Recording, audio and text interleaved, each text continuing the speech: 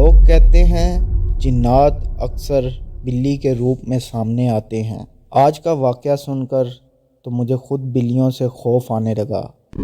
یہ واقعہ عائشہ نے کراچی سے شیئر کیا ہے۔ وہ کہتی ہیں یہ بات میں نے آج تک کسی کو نہیں بتائی۔ میری شادی ہونے کے بعد میں کراچی شفٹ ہوئی۔ میرے ہسبینڈ نے ایک گھر لیا۔ ہمارا گھر شہر سے تھوڑا دور تھا۔ ہسبینڈ صبح کام پر جاتے اور شام دیر تک آتے تھے۔ میں سارا دن گھر کا کام کرتی رہتی۔ ایک شام میں کچن میں کام کر رہی تھی، مجھے کسی بلی کے بولنے کی آواز آئی۔ میں نے باہر آ کر دیکھا تو سیڑھیوں پر ایک کالے رنگ کی بلی بیٹھی تھی۔ اس کی سبز آنکھیں اور وہ مجھے گھور رہی تھی۔ میں نے اس کے لیے اندر سے دودھ لایا اور ایک پیالی میں اس کے آگے رکھ دیا، مگر مجھے اسے دیکھ کر کچھ عجیب سا لگا۔ اس نے دودھ پیا اور وہ چلی گئی۔ اگلے دن پھر اسی وقت وہ بلی آئی، اس نے مجھے آواز دی، میں نے دودھ دیا اور وہ چلی گئی۔ تیسرے دن میں نے دیکھا کہ وہ بلی اپنے ساتھ 4-5 اور بلیوں کو لے کر آ گئی ہے۔ میں نے یہ دیکھ کر اسے غصہ کرتے ہوئے کہا کہ میرے پاس اتنا دودھ نہیں ہے، تم ان سب کو لے کر آ گئی ہو یہاں پر، آئندہ یہاں نہیں آنا، اور میں نے دودھ کی ایک پیالی رکھ دی۔ میرا یہ کہنا تھا کہ وہ بلی وہاں سے اٹھ کر چلی گئی اور انہوں نے دودھ تک نہیں پیا۔ اس کے بعد کافی دن تک وہ بلی واپس نہیں آئی، تو میں نے دل میں سوچا کہ مجھے یہ نہیں کرنا چاہیے تھا، پر میں حیران تھی اسے میری باتیں سمجھ کیسے آئی۔ میں نے دل میں اس سے معافی مانگی۔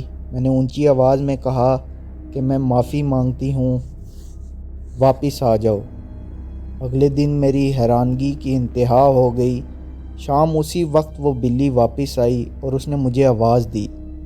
میں نے دودھ کی پیالی رکھی اور وہ پینے لگی۔ اس دفعہ اس کے ساتھ وہ باقی 4-5 بلیاں نہیں تھیں۔ پھر ایسا ہوا کہ ایک دن میرے ہسبینڈ نے گھر میں سب کی دعوت رکھ دی۔ میں نے اپنے گھر والوں کو بلا لیا اور ان کے گھر والے بھی سارے آ رہے تھے، تو میں صبح سے لے کر شام تک کام کرتی رہی۔ سب کھانا پکانا صرف مجھے ہی کرنا تھا۔ کب شام ہو گئی مجھے پتہ نہ لگا۔ اس بلی نے مجھے آواز دی، میں نے اندر سے بولا میں آتی ہوں، اور یہ کہہ کر میں پھر سے بھول گئی اور کام میں لگ گئی۔ تھوڑی دیر گزری تو اتنی خوفناک آواز آئی بلی کی کہ میں سن کر اندر ہی خوفزدہ ہو گئی۔ میں نے ایک پیالی میں دودھ لیا اور بھاگتی ہوئی باہر آئی۔ میں نے اسے رکھ دیا۔ میں نے کہا کہ میں خود اتنی اکیلی لگی ہوں، میں صبح سے کام کر کر کے تھک گئی ہوں، میرا ساتھ کوئی نہیں دیتا، مجھے معاف کر دینا۔ یہ کہہ کر میں اندر آ گئی اور پھر مہمان آنے لگے۔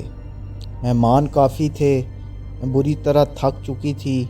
ان کو کھانا وغیرہ دے کر میں نے برتن وہیں رکھے اور سو گئی۔ اگلے دن جب میں صبح اٹھی تو میں کیا دیکھتی ہوں کہ میرا کچن صاف ستھرا ہے اور سارے برتن دھلے ہوئے ہیں۔ میں بڑا حیران ہوئی۔